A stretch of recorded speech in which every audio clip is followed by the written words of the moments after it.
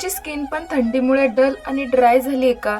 त्यामुळे आज फार पूर्वीपासून वापरत आलेले माझ्या मम्मीने मला ही रेमेडी सांगितलेली. तर काय करायचं, डाळीचं पीठ घेऊन आहे ना, त्यात थोडीशी हळद मिक्स करून घ्या आणि मग त्यात तुम्ही दुधाची साय किंवा दही काहीही वापरू शकता आणि तुम्हाला हवं असेल तर लिंबू पण टाकू शकता. माझी स्किन ड्राय आहे त्यामुळे मी नाही टाकलं.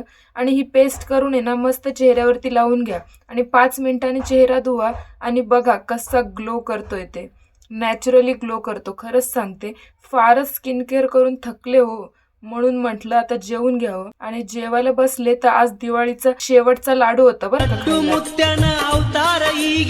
जेवल्यानंतर ना जास्तच थंडी वाजते बरं का, म्हणून मी थोडा वेळ ऊन खाल्लं बरं का.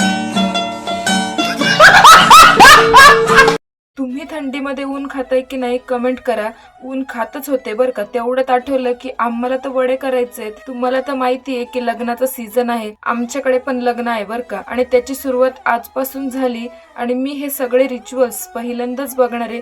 तसेच मी तुमच्यासोबतही शेअर करेनच, पण ते पाहण्यासाठी तुम्हाला मला फॉलो करावं लागेल.